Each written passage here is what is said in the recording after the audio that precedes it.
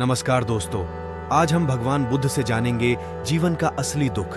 एक समय की बात है, नगर में रहने वाला कबीर नाम का एक लड़का अपनी जिंदगी से बहुत निराश था। उसकी निराशा का कारण यह था कि वह अब तक कुछ भी नहीं कर रहा था। उसके माँ बाप उसे ताने मारते कि तेरे सारे मित्र कुछ ना कुछ कर रहे हैं, लेकिन तू अभी भी घर में ही बैठा हुआ है। मित्रों के बीच भी अक्सर उसका मजाक ही बनता। वह कहीं जाता तो लोग उससे पूछते कि क्या कर रहे हो। उसे यह बताने में बड़ी शर्म आती कि अभी वह कुछ भी नहीं कर रहा। धीरे धीरे उसने रिश्तेदारों के यहां जाना और लोगों से मिलना जुलना कम कर दिया। वह ज्यादातर समय अपने घर में ही बैठा रहता।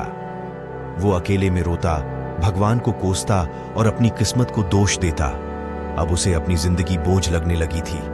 कभी कभी वह सोचता कि जब वह कुछ करने के लायक ही नहीं है तो फिर उसके जिंदा रहने का भी क्या फायदा, उसे तो मर जाना चाहिए। एक दिन वे अपने नगर की एक सड़क से गुजर रहा था। तभी उसने देखा कि एक गुरु दुख के ऊपर प्रवचन दे रहे हैं। वह भी वही भीड़ में पीछे बैठ गया और गुरु के प्रवचन सुनने लगा। गुरु बोल रहे थे कि दुख एक गुरु की भांति होता है, जो हमें जीवन की सच्चाई दिखाता है और हमें सही से जीवन जीने का तरीका सिखाता है। आप चाहें तो अपने दुख रूपी गुरु से जीवन जीना भी सीख सकते हैं और चाहे तो उस दुख में डूब कर बैठकर रो भी सकते हैं। कबीर भी गुरु की ये सारी बातें ध्यान से सुन रहा था, लेकिन उसे गुरु की यह बातें सही नहीं लगी। उसने खड़े होकर कहा, दुख कुछ भी सिखा कर नहीं जाता, सिर्फ पीड़ा देकर जाता है। दुख की पीड़ा अनंत होती है। ऐसा लगता है इसके बाद कुछ भी नहीं होने वाला, कुछ भी नहीं मिलने वाला। मृत्यु भी उसके सामने छोटी लगने लगती है। गुरु ने कहा, आखिर क्या दुख है तुम्हें? कबीर ने अपना सारा दुख गुरु के समक्ष कह सुनाया और पूछा, क्या आपके पास मेरे इस दुख का कोई समाधान है? यह सुन गुरु मुस्कुराए और बोले, जिस दिन तुम्हारे जीवन में सच्चा दुख आए उस दिन मेरे पास आना, मैं तुम्हारे दुख का समाधान अवश्य करूंगा। इतना कहकर गुरु वहां से चले गए। कबीर ने सोचा, क्या मेरा दुख सच्चा नहीं है क्या? जिससे मैं गुजर रहा हूं वो छोटा है। कोई भी मेरे दुख को नहीं समझ सकता। जब माँ बाप नहीं समझ पाए तो गुरु क्या समझेंगे? अपने दुखों से परेशान होकर कबीर ने एक निर्णय लिया कि अब वह कुछ करके दिखाएगा। उसने एक छोटा सा व्यापार शुरू किया, लेकिन उसमें उसे सफलता नहीं मिल रही थी। पर उसके घर वाले खुश थे कि वह कुछ तो प्रयास कर रहा है। वह अपने व्यापार में जुट रहा और उसे धीरे धीरे सफलता भी मिलने लगी। फिर उसने रफ्तार पकड़ ली और सिर्फ 3 साल के अंदर ही वह एक बड़ा व्यापारी बन गया। अब कबीर के चारों तरफ ऐसे बहुत से लोग थे जो उसकी चिंता करते थे, उसे पसंद करते थे, उसके काम की प्रशंसा करते थे। अब उसके घर वाले भी उसकी प्रशंसा करते नहीं थकते थे। दिन प्रतिदिन उसके मित्रों की संख्या बढ़ती जा रही थी। अब वो अपनी जिंदगी से बहुत ही खुश था। उसके कुछ मित्रों ने उसे सलाह दी कि जब तुम बड़े व्यापारी बनकर इतने खुश हो तो सोचो कि अगर तुम इस नगर के, इस राज्य के सबसे बड़े व्यापारी बन जाओ तो तुम्हारे पास कितना सुख होगा, कितने लोग तुमसे जुड़ना चाहेंगे, तुम्हारा कितना यश फैलेगा। स्वयं राजा भी तुमसे मित्रता करना चाहेंगे और जरूरत पड़ने पर तुमसे ही धन उधार लेंगे। मित्रों की यह बात कबीर के मन में घर कर गई। अब उसने और भी धन कमाने का प्रयास शुरू कर दिया, लेकिन उसे यह सब कुछ बहुत ही जल्दी चाहिए था। वह सब कुछ प्राप्त करने में अपना ज्यादा समय बर्बाद नहीं करना चाहता था। इसीलिए उसने ऐसे भी कार्य करने शुरू कर दिए जो उचित नहीं थे। उसने बड़ी मात्रा में अपने मित्रों से धन उधार लेना शुरू कर दिया। ज्यादा मुनाफा कमाने के लालच में अपने सामान में मिलावट करने लगा। उसने दूसरे व्यापारियों के खिलाफ षड्यंत्र भी रचे, उन्हें डराया, धमकाया। जैसे जैसे उसके मित्र उससे कहते गए वही करता गया। वह इन तरीकों से ज्यादा धन तो कमा रहा था, लेकिन अब उसके जीवन में सुकून नहीं रह गया था। उसके मन की शांति गायब हो गई थी। उसे रातों में नींद नहीं आती थी। सुख साधन की सारी वस्तुएं होने के बाद भी उसे किसी में सुख नहीं मिल रहा था। एक दिन कबीर अपनी बग्घी में सवार होकर कहीं जा रहा था। तभी रास्ते में उसे गुरु का आश्रम दिखा। वह रुक गया। वह गुरु के पास जाकर बोला, गुरुदेव, आपने कहा था कि जब तुम्हारे जीवन में सच्चा दुख आए तब मेरे पास आना। अब मैं बहुत दुखी हूं। मेरे रातों की नींद गायब हो गई है। मुझे कहीं सुकून नहीं मिल रहा। इस तरीके से कबीर ने अपनी सारी समस्या गुरु के सामने कह सुनाई। गुरु ने कहा, जब तुम मुझसे पहली बार मिले थे तब भी तुम किसी दुख में थे। तुमने उस दुख से क्या सीखा? कबीर नहीं कहा, मैंने सीखा कि सिर्फ सोचने और चिंता करने से कुछ नहीं होता। अपनी सोच को सच करने के लिए कर्म करना पड़ता है और सिर्फ कर्म करने से भी कुछ नहीं होता। अपने कर्म को अंतिम पड़ाव तक ले जाना भी आवश्यक होता है। चाहे रास्ते में कितनी मुश्किलें आए, मन कितना ही निराश हो, कितना ही लगे कि अब आगे कुछ भी नहीं होने वाला, तब भी यह मानकर चलो कि मैं जो भी कर रहा हूं उसमें सफल अवश्य होगा। लोग सिर्फ सफल व्यक्ति को ही सम्मान देते हैं, फिर चाहे कोई कितना ही अच्छा क्यों ना हो, वह लोगों की नजरों में होता है। यह सब सुन गुरु मुस्कुराए और बोले, यह असली दुख नहीं है। जब तुम्हारे जीवन में असली दुख आए तब मेरे पास आना, मैं उसका समाधान अवश्य करूंगा। कबीर जाते समय गुरु को सोने के सिक्कों से भरा घड़ा भेंट किया। घड़ा देखकर गुरु ने कहा, यह मेरे किसी काम का नहीं, इसे उस पेड़ के नीचे गड्ढा खोदकर दफना दो। कबीर ने गुरु के कहे अनुसार घड़े को पेड़ के नीचे दफना दिया और वहां से चला गया। कुछ दिनों तक तो व्यापार अच्छी तरक्की कर रहा था, लेकिन गलत व्यापार की वजह से ही धीरे धीरे उसे व्यापार में घाटा होने लगा। उसकी सारी धन संपदा धीरे धीरे खत्म होने लगी और एक दिन ऐसा आया जब उसके पास कुछ भी नहीं बचा और वह कर्जे से लद चुका था। लेकिन वह निश्चित था, क्योंकि उसने सारा कर्ज अपने मित्रों से ही लिया था। वह सोचता था कि उसके मित्र बुरे समय में उसका साथ देंगे, लेकिन ऐसा कुछ भी नहीं हुआ। बुरा समय आते ही मित्रों ने ही सबसे पहले अपना उद्धार मांगना शुरू किया और उधार वापस न करने पर जान से मारने की धमकी भी दी। उसके शुभ चिंतक, उसे चाहने वाले सब उससे दूर हो गए। उसके वो मित्र जो उसके साथ मौज मस्ती किया करते थे, अब उससे दूर भागने लगे। उसके परिवार वाले उसे उसकी गलतियां और कमियां गिनाने लगी। उसकी सारी संपत्ति नीलाम हो गई और उसके पास कुछ भी नहीं बचा। उसने अपने पिता से सहायता मांगी तो पिता ने कहा, मेरे पास ये थोड़ी सी ही संपत्ति है, अगर मैं यह भी तुम्हें दे दूंगा तो तुम्हारी मां को कहां रखूंगा? ये संपत्ति हमारा आखिरी सहारा है। कबीर के भीतर बहुत गहरा दुख था। उसके आसपास ऐसा कोई भी नहीं था जो उसके दुख को समझ सके, उसे संभाल सके। लोगों से मिले इस धोखे और विश्वासघात की वजह से वह अंदर तक टूट गया। उसे लगने लगा, अब जीने का क्या मतलब? अब तो मृत्यु ही एकमात्र सहारा है, वो है आत्महत्या करना। वह एक भारी कुआं की तरफ जा रहा था कि तभी उसे याद आया, गुरु ने कहा था, जब तुम्हारे जीवन में असली दुख आए तब मेरे पास आना। कबीर गुरु के पास गया और अपना सारा दुख सुनाया। वहीं आंखों में आंसू भरकर बोला, मेरे इस दुख का समाधान कीजिए। गुरु ने कहा, जब तुम्हारे जीवन में असली दुख आए तब मेरे पास आना, मैं उसका समाधान अवश्य करूंगा। कबीर ने कहा, क्या अभी जो मेरे जीवन में घट रहा है वो दुख नहीं है? आखिर असली दुख होता क्या है? गुरु ने कहा, सबसे पहले तुम ये बताओ कि तुमने अपने इस दुख से क्या सीखा? कबीर ने कहा, मैंने सीखा कि जो लोग हमारी सफलता, हमारी तरक्की की वजह से हमारे जीवन में आए हैं, वो हमें धोखा अवश्य देंगे, क्योंकि वह बुरे समय में हमारे साथ खड़े नहीं होंगे। वह केवल अच्छे समय में हमारा फायदा उठाएंगे और बुरे समय में छोड़कर चले जाएंगे। भरोसा केवल उन्हीं लोगों पर करना चाहिए जो हमारे बुरे समय में, असफलता के समय में हमारे साथ खड़े रहते हैं।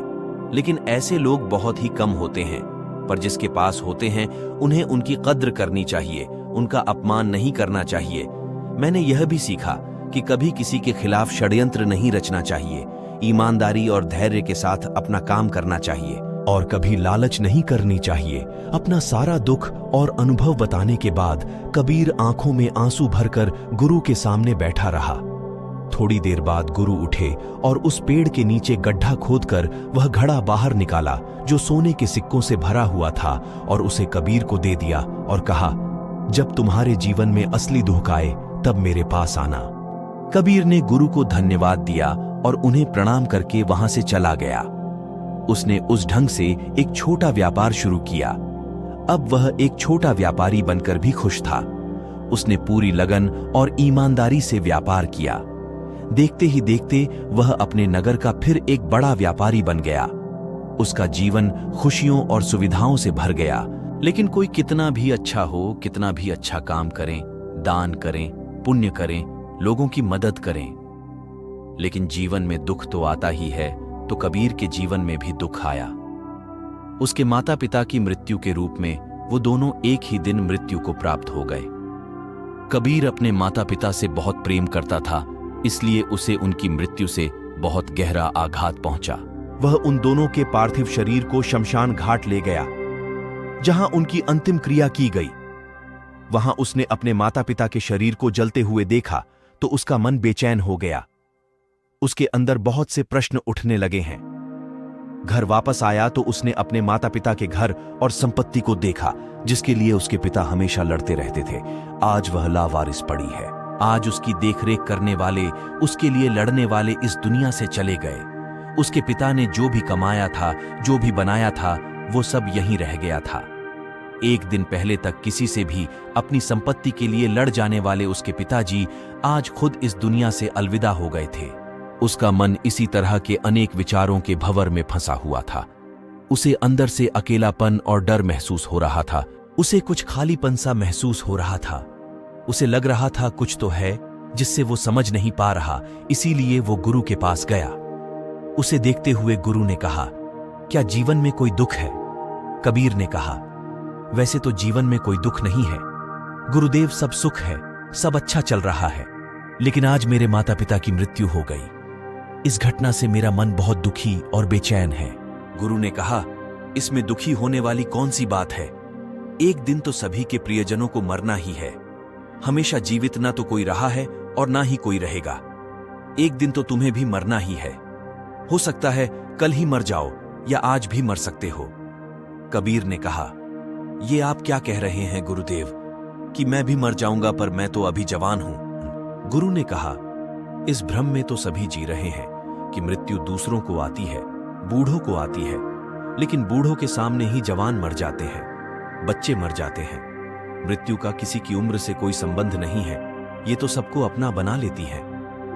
गुरु की यह बातें कबीर के मन में घर कर गई और वह चुपचाप वहां से चला गया। लेकिन उसका मन बेचैन अब भी था। वह कुछ खालीपन सा महसूस कर रहा था। वह पूरे दिन अपने बारे में सोचता रहता कि वह कौन है, इस दुनिया में क्यों आया है। क्या सिर्फ चीजों का उपयोग करना और मरना ही जीवन का लक्ष्य है? ऐसे ही बहुत से प्रश्न उसके मन में लगातार उठ रहे थे, लेकिन उसे अपने किसी भी प्रश्न का उत्तर नहीं मिल पा रहा था और उसका दुख दिन प्रतिदिन बढ़ता जा रहा था। इसीलिए कुछ दिनों बाद वह फिर गुरु के पास पहुंचा और बोला, गुरुदेव, मैं बहुत दुखी हूं क्योंकि मैं यह नहीं जान पा रहा हूं कि मैं कौन हूं और इस दुनिया में क्यों आया हूं। यह सुन गुरु मुस्कुराए और बोले, आज पहली बार तुम्हारे जीवन में सच्चा दुख पैदा हुआ है। वास्तव में यही है जो दुख कहलाने के लायक है कि हमें पता नहीं कि हम कौन हैं, क्यों आए हैं, क्या करना है, कैसे करना है। कबीर ने कहा, गुरुदेव, मेरे इस दुख का समाधान कीजिए। गुरु ने कहा, हम सभी इंसान जीवन भर धन, संपत्ति, मान, सम्मान, परिवार, मित्र, शत्रु, पद, प्रतिष्ठा इत्यादि इकट्ठा करते रहते हैं। गुरु ने कहा, क्या इन इकट्ठा की हुई सभी चीजों में से एक भी चीज को अपने साथ ले जा सकते हो? कबीर ने कहा, नहीं गुरुदेव, इनमें से कुछ भी साथ नहीं जाता। मेरे माता पिता के साथ भी कुछ नहीं गया, सब तो यही छूट गया, घर, परिवार, संपत्ति, सब कुछ। गुरु ने कहा, अब मेरी बातों को ध्यान से सुनना। इस दुनिया में हमें जो इकट्ठा करना चाहिए वो तो हम कभी इकट्ठा करते ही नहीं। चीजें हमारे सामने ही होती हैं, लेकिन हम उन्हें देखने का प्रयास ही नहीं करते। इस दुनिया में हमें जिस चीज को इकट्ठा करना है वो हम खुद हैं। हमें खुद को इकट्ठा करना है ताकि जब मृत्यु हो तो हम एक हो सके और स्वयं को पहचान सकें। हम भीतर से बंटे हुए हैं, प्रेम में, नफरत में, क्रोध में, जलन में, क्रूरता में, धन में, संपत्ति में, पद में, प्रतिष्ठा में, मान में, पहचान में, धर्म में, जाति में, ऐसे ही सैकड़ों हजारों चीजों, और वास्तव में हम बटे हुए हैं। हम टुकड़ों में जीवन जी रहे हैं। इस बंटवारे की वजह से हमारी चेतना कभी एक नहीं हो पाती। हमारी चेतना शक्ति बिखर गई है, इसीलिए हमारे पास इतना भी समय नहीं है, इतनी भी ऊर्जा नहीं है कि हम मुड़कर एक बार अपने भीतर देख सकें। वास्तव में जिस धन की कमी, सुविधाओं की कमी, मान सम्मान की कमी को लोग दुख समझते हैं और जीवन भर उसे दुख बोलकर रोते रहते हैं और उनका समाधान खोजने का प्रयास करते रहते हैं, उन्हें उसका समाधान कभी मिलेगा ही नहीं। क्योंकि जिन्हें लोग दुख कहते हैं वो असली दुख है ही नहीं, वो तो सिर्फ इंसान की चाहत है, उसकी इच्छा है, जिसकी पूर्ति कभी नहीं की जा सकती। इसीलिए यहाँ व्यक्ति को ऐसे दुखों का कभी समाधान मिला ही नहीं। इसीलिए इन सब के ऊपर अगर अपने दुखों का परम समाधान चाहिए तो सबसे पहले अपने आप को इकट्ठा करो, अपनी ऊर्जा को इस संसार से वापस खींचो और एकत्रित करो। अपने ऊपर ध्यान दो, खुद पर ध्यान लगाओ। मृत्यु से पहले अपने आप को पहचान लो, ऐसे ही बिखरे हुए मत चलो। कबीर ने कहा, तो क्या गुरुदेव हमें ये संसार छोड़ देना चाहिए? अपनी सभी इच्छाओं को मार देना चाहिए? किसी से प्रेम नहीं करना चाहिए? धन संपत्ति नहीं इकट्ठा करनी चाहिए? मान सम्मान की आशा छोड़ देनी चाहिए? गुरु ने कहा, एक बिखरे हुए मनुष्य के अंदर से कामनाएं, इच्छाएं और वासनाएं ऐसे ही निकलती है जैसे पहाड़ से कोई पत्थर गिर रहा हो, जिस पर पहाड़ का कोई नियंत्रण नहीं है। सिवाय देखने, परेशान होने और कुछ खोने के इसी प्रकार एक बिखरे हुए मनुष्य की इच्छाएं अनियंत्रित और दुखदायी होती है। उसका अनियंत्रित मन कुछ भी इच्छाएं और कल्पनाएं करता रहता है और दुखी होता रहता है। लेकिन जब व्यक्ति एकत्रित हो जाता है तो वह जो भी करता है सब उसके नियंत्रण में रहता है, तभी इच्छाएं भी उसकी इच्छा से निकलती हैं। कबीर ने कहा, गुरुदेव आपने मेरे सच्चे दुख का समाधान कर दिया। आपका बहुत बहुत धन्यवाद। आपसे मैं खुद को एकत्रित करने का प्रयास करूंगा। कबीर को अपने प्रश्नों का उत्तर मिल चुका था। उसने गुरु को धन्यवाद किया और चुपचाप वहां से चला गया। दोस्तों, उम्मीद है कि आपको यह कहानी पसंद आई होगी। यदि आप ऐसी और मजेदार कहानियों और संदेशों को और सुनना चाहते हैं तो चैनल को सब्सक्राइब कर ले